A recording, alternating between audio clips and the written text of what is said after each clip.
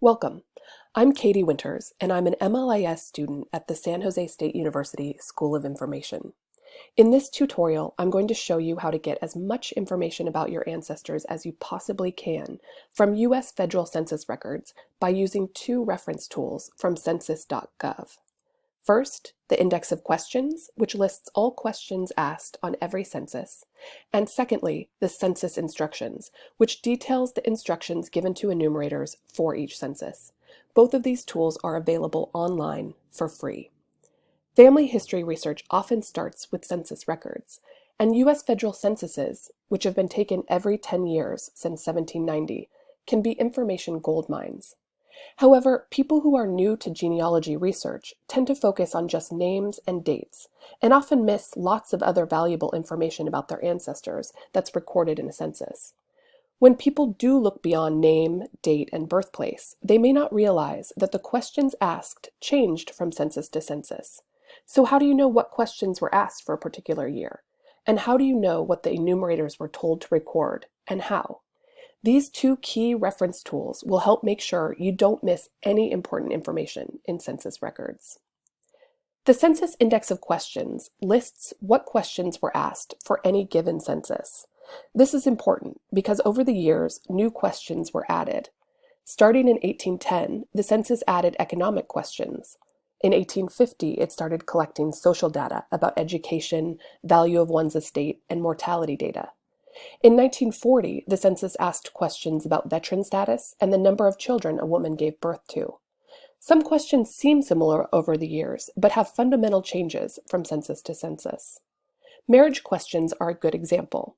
The 1850 census asked if a person got married within the year, while 1870 wanted to know the month in which a person was married, if that marriage occurred within the past year. The 1910 census records the number of years someone had been in their present marriage, while 1930 asks what age a person was at the time of their first marriage. If the number differs for a husband and wife in the 1930 census, this might be a clue that one of them had a previous marriage. You would know to start looking for another marriage record. 1910 and 1920 explicitly record whether someone was in their first marriage or a second or subsequent marriage. Knowing these differences can help interpret important information and details about your ancestor's life and give you clues about what records to look for next. Here's what the 20 questions asked on the 1870 census look like, listed on Census.Gov's Index of Questions. You can see the marriage question, number 14, that asks if the person was married within the last year, what month? This can help narrow down a month in which to look for marriage records for your ancestor.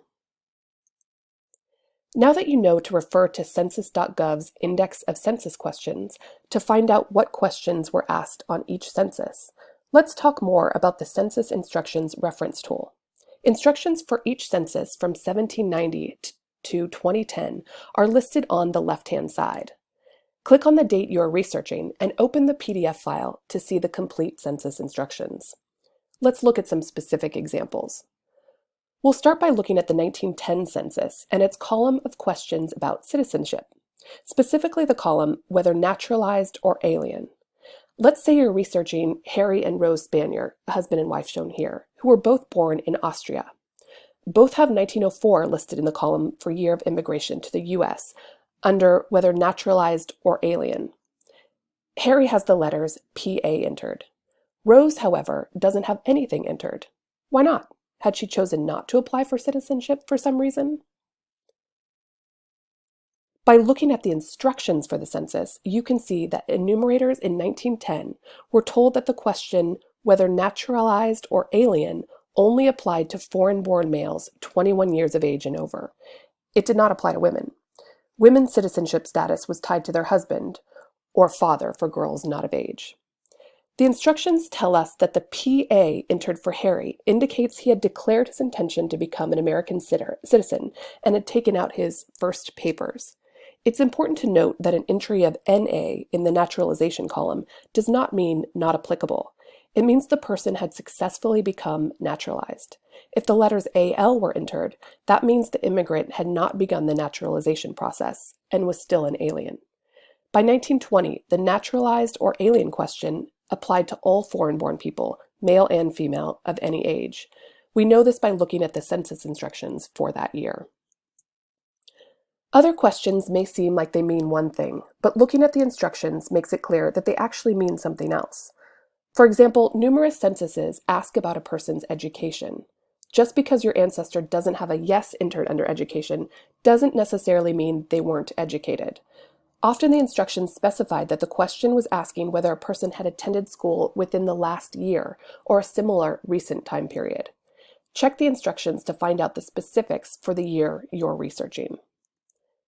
Countries and borders change over time. Check these census instructions to see how each census dealt with geopolitical changes of the era for birthplaces. For example, the 1940 census instructions told enumerators to enter Central European countries with recent border changes, like Austria, Czechoslovakia, and Poland, only if it was certain that was the country in which the person's birthplace was located on January 1st, 1937. Otherwise, they were to enter the province, state, or city, like Bohemia, Prague, Vienna, and so on. Also, enumerators in 1940 were told they could not enter Ireland as place of birth. Instead, they had to distinguish between Northern Ireland and the Irish Free State. Pay attention to the instructions for entering place of birth. They might provide valuable clues for narrowing down what part of a country your ancestor came from. In the past, some censuses posed questions in terms that we would never use today. For example, in 1870, one question asked whether a person was, quote, deaf and dumb, blind, insane, or idiotic, unquote. Census instructions are important to put those terms in the context of the times.